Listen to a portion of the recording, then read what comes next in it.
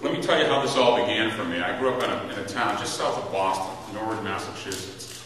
And Norwood was sort of, and is sort of a little ethnic enclave.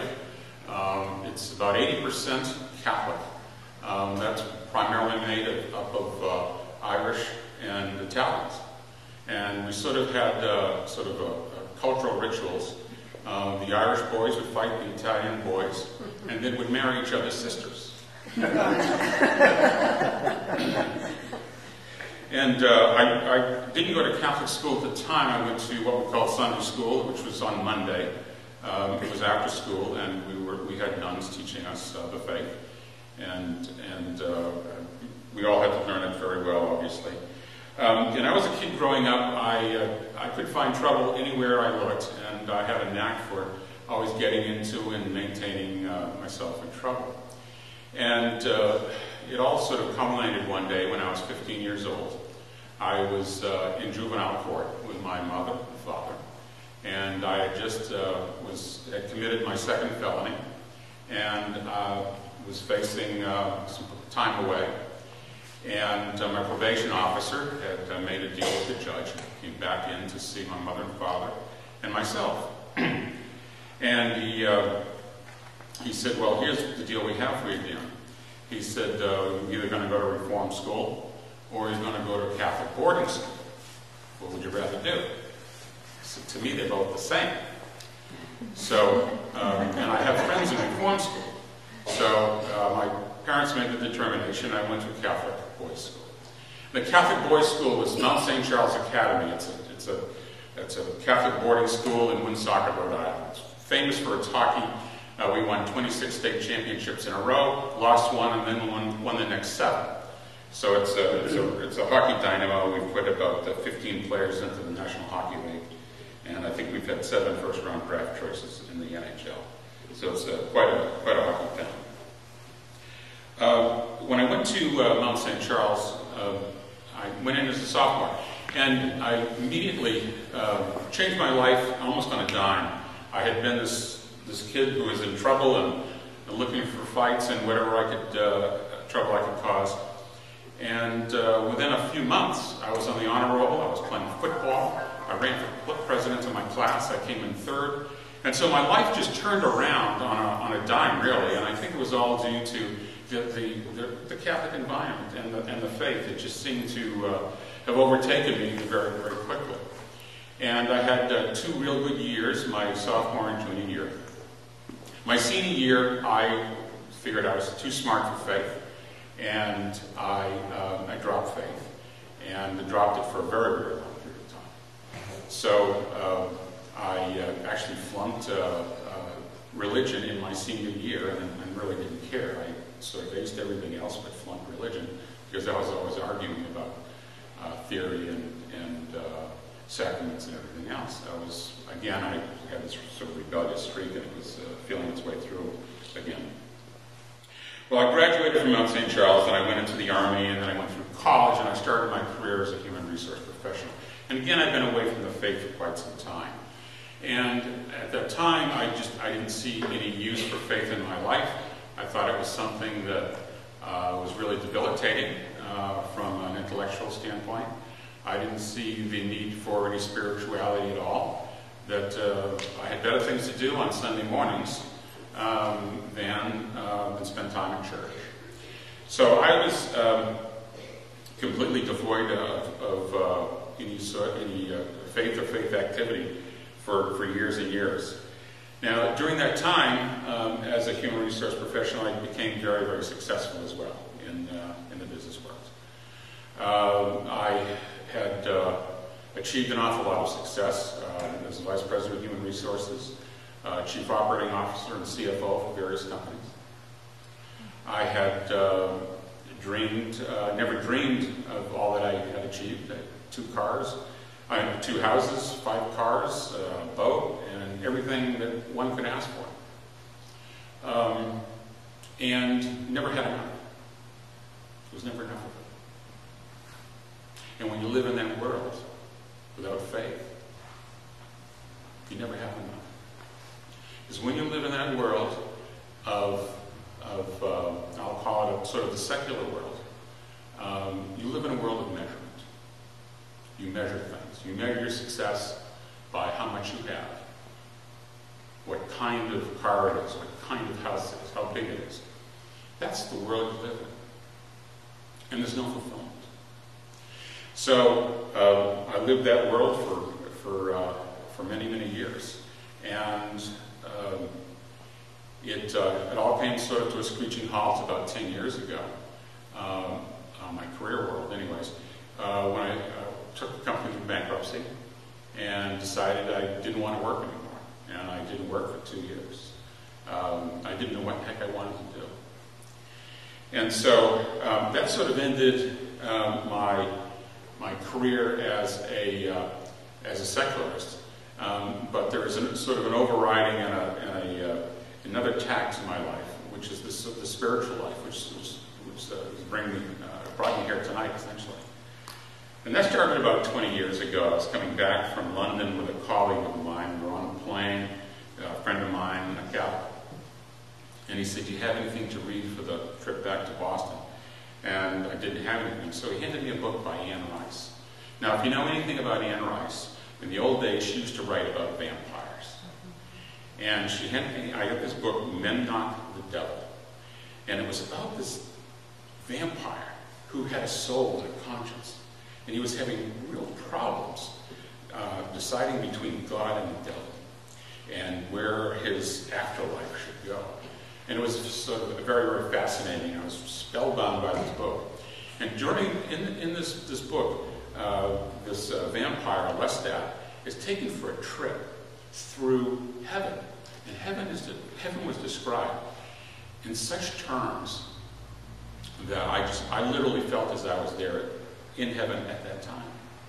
I couldn't feel my feet.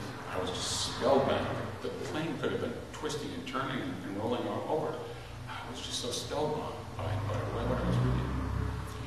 And I was convinced that we are spiritual beings after reading that. How could you read something and feel the way I did and have lost all aspect of time in that plane ride by this sort of journey through heaven? Well, it's interesting because the descriptors and the description of faith and religion that Anne Rice deals with in her books, I thought, only a Catholic can write like this. Only a Catholic can write so richly about faith and about spirituality. So I did a little research on her, and sure enough, she is Catholic, but she didn't think she was at the time.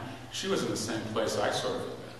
Just, this is not for me, you know, all this superstition and all that. But reading this, I thought only a devout Catholic could write something like this. Well, that started me on sort of a spiritual journey, and I started talking to friends about spirituality, and they started giving me some other books, and I started reading books on Eastern religions. And what I found out about that is that it didn't do much for me, even though it was very spiritual in nature. It didn't have a communal aspect to it. There was no community to it. It was very, very myopic in nature. And having been a Christian and growing up in the Catholic faith as I had, I guess I was looking for that again. I was looking for something that would connect me to God in a different way. And then a few years after going through all this research on spirituality, the scandal with the priest occurred. And I was driving home here one night on the 405 freeway, stuck at the El Toro Y headed south. And I don't know which commentator was on it. He was blasting away at the Catholic Church, ridiculing it as superstitious, only for people who are mindless. He was blasting away at obviously the priesthood, and people were calling in. He was berating them on the radio. And I had my hands on that steering wheel, and I was gripping them, and I said to myself, "Damn it, I'm Catholic." And it just occurred to me right then and there that I was so Catholic. I had just not put my faith in my life, but I was a Catholic. I was born a Catholic, and I just had subliminated it throughout my life. And started me on a journey again, and then I saw The Passion of the Christ. I walked out of there and my knees were knocking. I couldn't drive home after watching that movie. I thought about how God gave His only Son to all of us, and all the suffering and the visions of His mother Mary through the crucifixion. I thought how profound and painful all that was for all of us. And I decided that I'm going back to church. I'm going to embrace Catholicism again. And I'm going to take a different aspect and look at work very differently. Because again, I was doing some consulting then, but not being fulfilled at all. So I walk into Mass over here at 7:30 in the morning, and Father Steve is giving the Mass, and Heidi French is the king. Well, how much more convincing do you need to come back to the church to see and hear both of them? So I was swayed. I joined the Stephen ministry shortly after that, and that also began a very deep and rich spiritual journey for me, because Stephen ministry activates your faith, and activated my faith like nothing else has. And I have the opportunity and with the Stephen ministry group to see how God works in people's lives. And I started thinking too, this can't be limited just to helping people here. When you really believe and have faith, you can't leave God when you go to work, you can't leave God in the parking lot. You can't leave God with you. So I had an opportunity. I was doing some consulting work at Habitat for Humanity. And I was giving a presentation after my study, and I was going to present it to the executive management there. And in preparation for my presentation, I got in there about half an hour, 40 minutes early, setting up the video equipment and everything. And finished it all. I started walking around the boardroom, which is where I was giving the presentation. In the boardroom, and if you've been in boardrooms or most companies, they have pictures or sort of signs of achievement all around. How much sales, a win for this customer. Here's our building in London. Here's our building in Paris. And they're all sort of signs, these tangible signs of success. At Habitat for Humanity, they had pictures of families standing outside the homes as they were about to take delivery on their homes.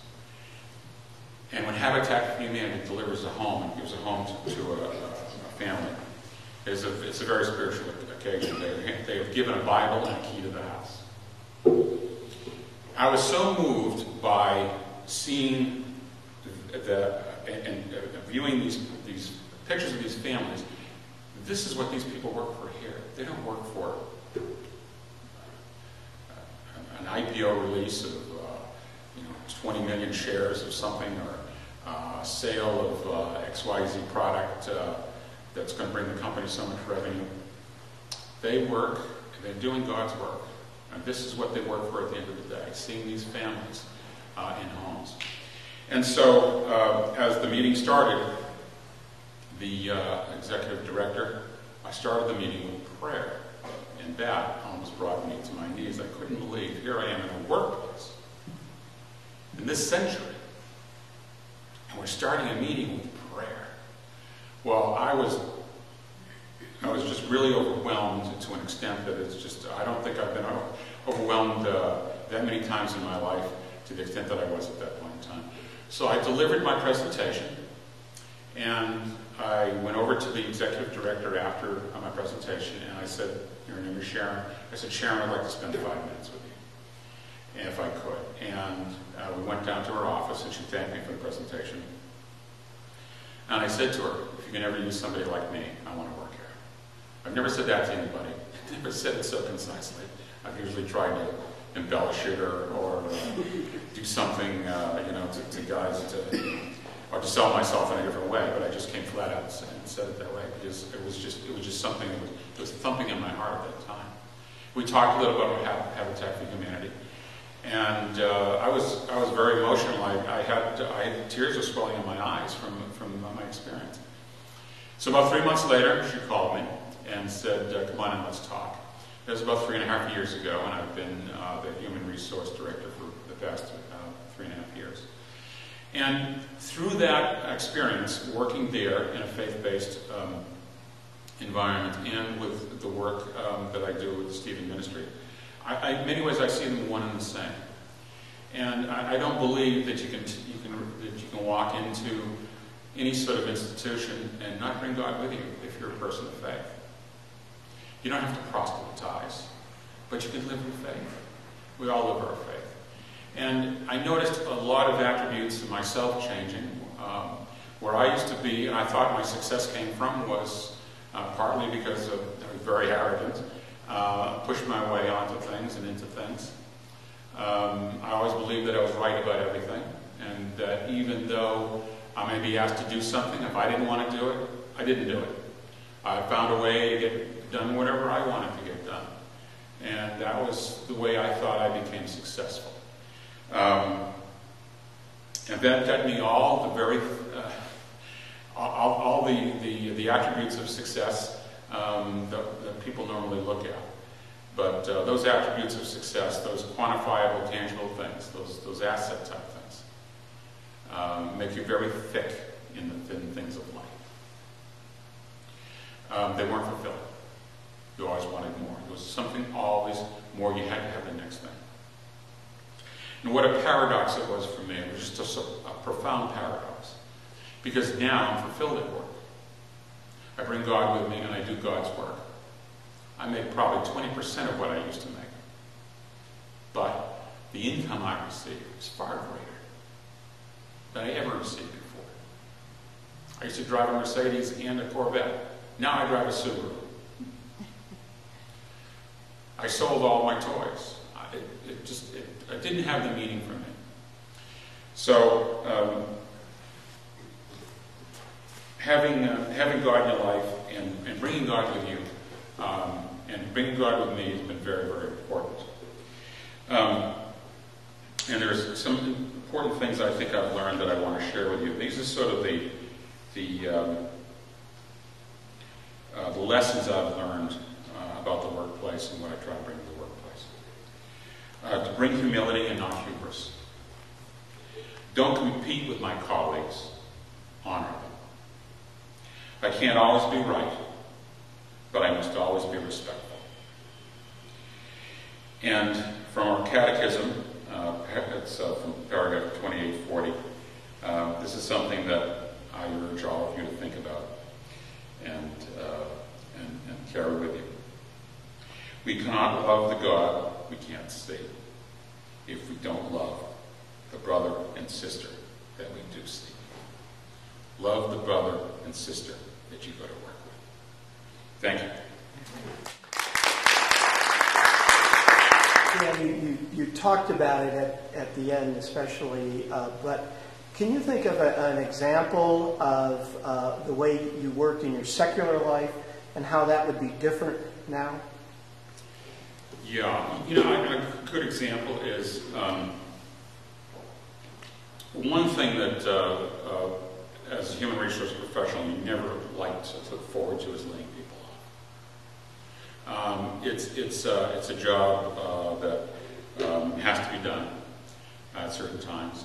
It can't be avoided. And my approach to it lately has been this, is that I'm going to bring God to that table too. So if you're going to be laid off, if you have to be laid off, you want to be laid off by Dan Nichols. Because I'm going to bring God to the table. I'm going to give that person who's being laid off as much dignity, respect, and empathy as I can as they leave the door. It's not a very enjoyable thing to be laid off, I know. It's not an enjoyable thing to lay people off. It's one of those moments where fear enters the equation, especially if you're laying people off. Your own fear enters in. You tend not to think about God and bringing His love to the table. It's a challenge. to bring God's love to the table at that time. Because you're afraid too. Who wants to sit before when you know someone's going to go home and tell their family that they're laid off? I've had to do it too many times. And I know I'll do it again. But I know every time I do that, I'm going to bring God to the table, and I'm going to do as much as I can in those moments to make that person feel as dignified as I can. I was just thinking about when you described the going home in the car at El Toro Y and listening to that man. And that, such a huge change for you. I was just wondering, to what did you attribute that awakening right then in your life? You know, it was sort of a culmination of things. I had started to go back to church at about that time when I would go back and visit my mother in the Boston area, but I wasn't going to church here. And I started to respect, and I was having these sort of spiritual feelings. I started to respect her faith and the way she carried her faith. I thought that for years that faith was a crutch for her, that she couldn't sort of see it any other way except to pray, and she didn't have even the strength or maybe even the character to work her way through things. And I realized how absolutely wrong I was about all that as I got older, and had so much more respect for her because of everything that she did have to go through. I mean, she had to deal with me as a kid, and I certainly gave her her trials, and there were other trials, but she always came through them with such dignity and such grace, and I attributed that to her strength of her faith. So I was coming back to that in terms of, I started to realize this strength that the inner strength that spirituality gave to her, and I was really in the process of thanking her for not only my life but my religion, for being Catholic too. And I think that was the two greatest gifts she ever gave to me, and so that was going through my mind at that time, and just the rancor and the way Catholics were being dealt with and the priesthood was being dealt with at that time, I thought was extremely unfair because it was attacking my family, my friends, and I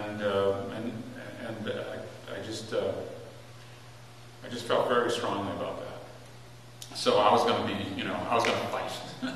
And I suppose getting back in the mainstream of the religion was fighting, my way of fighting too. So.